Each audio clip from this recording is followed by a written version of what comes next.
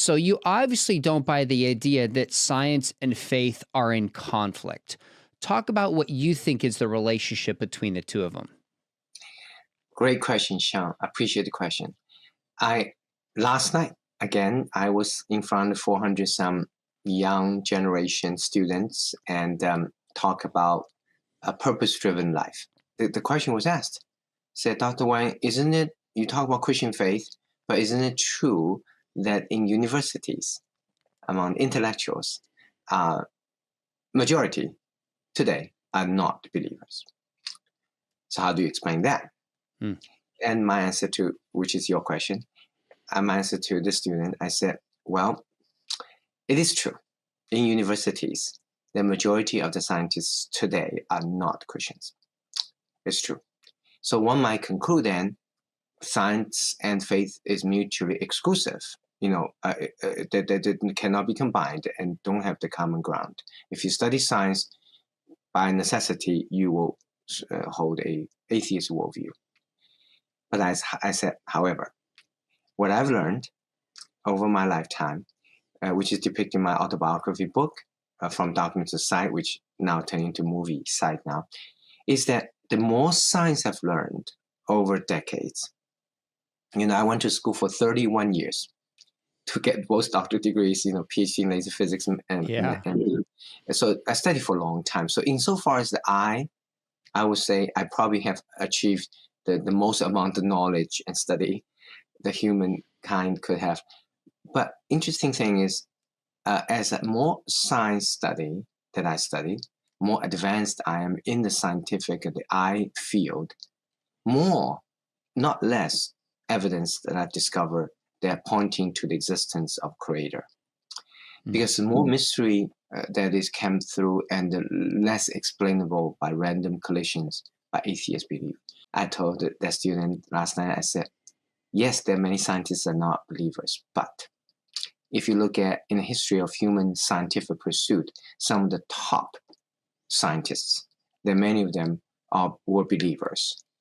So the proportion of scientists who believe in Creator actually increases if you go to the highest tier of scientific advancement and expertise. I encourage students, you study more science, study harder, because you're going to discover more advance into the greater, the top tier of scientists rank.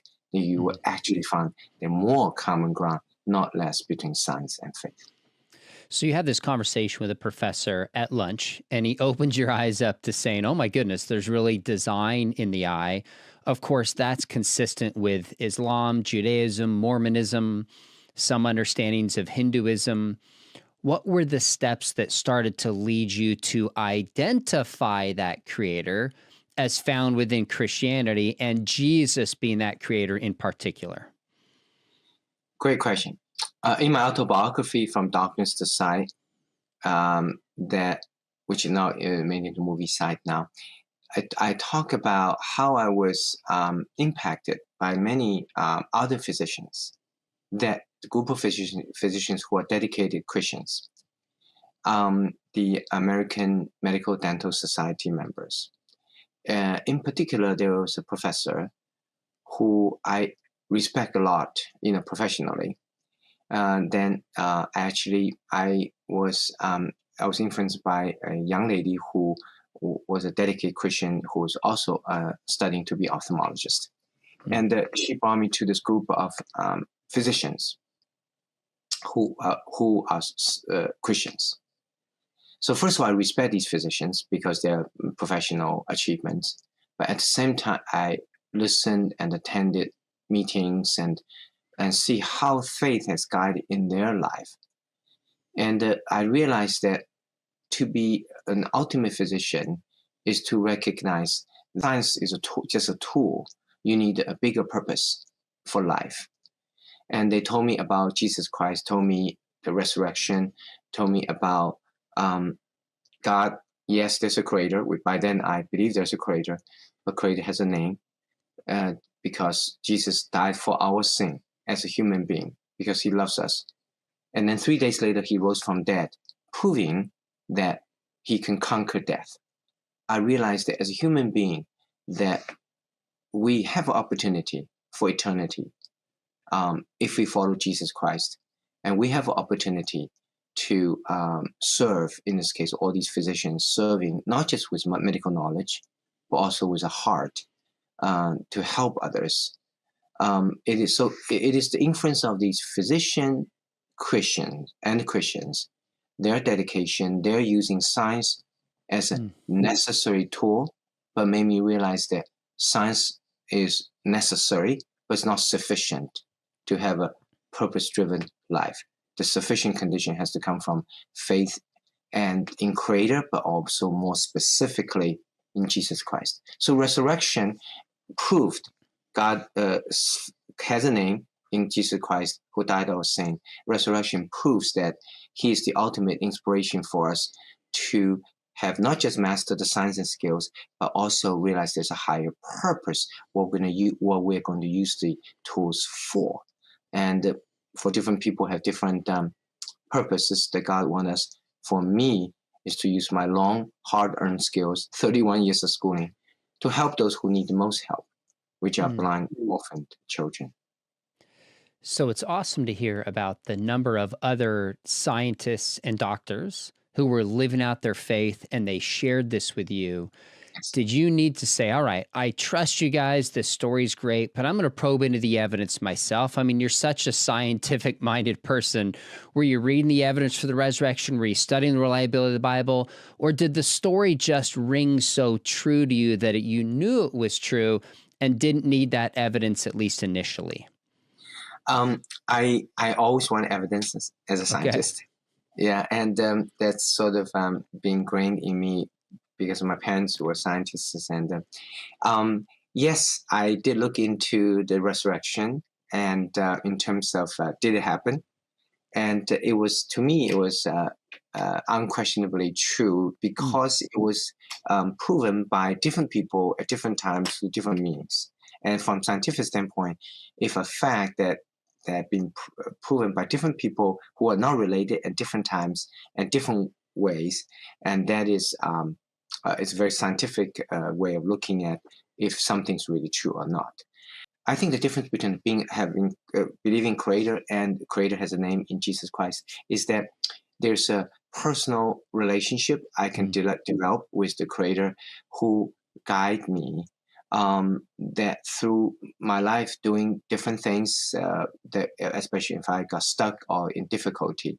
So my second evidence that convinced me that God has a name in Jesus Christ is that, and then I start my life as a Christian that believing Him, but yet I still continue looking for evidence beyond the resurrection. And so one particular example is I started doing research trying to figure out how could I help people with chemical injuries that result in blindness in their eyes due to scarring. And I found that the only person who does not scar are unborn child.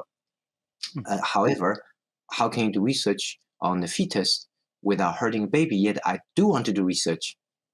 I do want to do research to help these kids and blind orphan children and other people who have got blinded due to injury and trauma and resulting eye scarring. So, well, I submit to God. I say, well, God, is there an answer to this question? If you're there, if you're real, give me some idea. I got stuck now between the conflict between science and faith. If up to the atheist scientists, they will do the stem cell research, fetal research, no problem. But if up to Christians, we don't want to do stem cell fetal research because life is sacred, as the Bible said. But I realized that second viewpoint has a problem too, because without research, our life's quality cannot be improved. Creating new medical treatment, and stem cell research, fetal research are important, are critically important, because the top 5 causes of human mortality today are cancer, stroke, cardiovascular disease, Alzheimer's disease, and diabetes. All of them could eventually be conquered by stem cell research. So I believe these two camps are too polarized, the atheists and scientists. And there's a truth that both sides should learn from each other. Atheists should learn about Christian faith, and the Christian should learn about science. it does not make sense to me. A pastor one time there's a pastor I went to a church visiting, and the pastor on Sunday said, I got headache, but I don't believe in medicine. Everybody just pray for me. The next day, Monday morning, 8 o'clock, he pick up phone and call the doctor. There's a lack of sincerity there.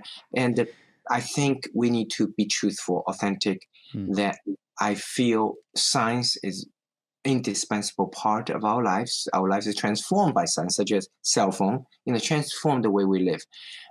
So I submit my the conundrum, the dilemma to God. And I said, show me, God, I want to do research on fetal tissue, but at the same time, to help patients restore their eyesight, but I don't want to hurt the baby. And in the book talk about, I was interacting with a doctor who is a scientist and also a Christian. And he just said, Ming, God said, James 1:4, perseverance, to keep it on. Don't give up, don't give up, don't give up. So I was studying with some other scientists at the time, one notably Dr. Chen and several others, and we just keep on probing this question. I keep on praying. And it's one of those prayers that I think God somehow that instilled in my mind this idea that, well, instead of touching any part of the baby, since the unborn child can heal without scar, and after birth we heal with scar. So something dramatic happened at the time of birth, and one possibility is the fact we lose the amniotic membrane, the envelope surround us, each of us before birth. So is it possible this amniotic membrane surround each of us before birth is what actually convey to give the child, unborn child, the ability to heal without scar? So you see, that's a God-inspired idea, and that's a result of the praying that not only that God does exist, but also God does care to develop a personal relationship with each of us, because in that case it's my personal praying to him and personal asking for guidance. So I actually started doing research on the placenta.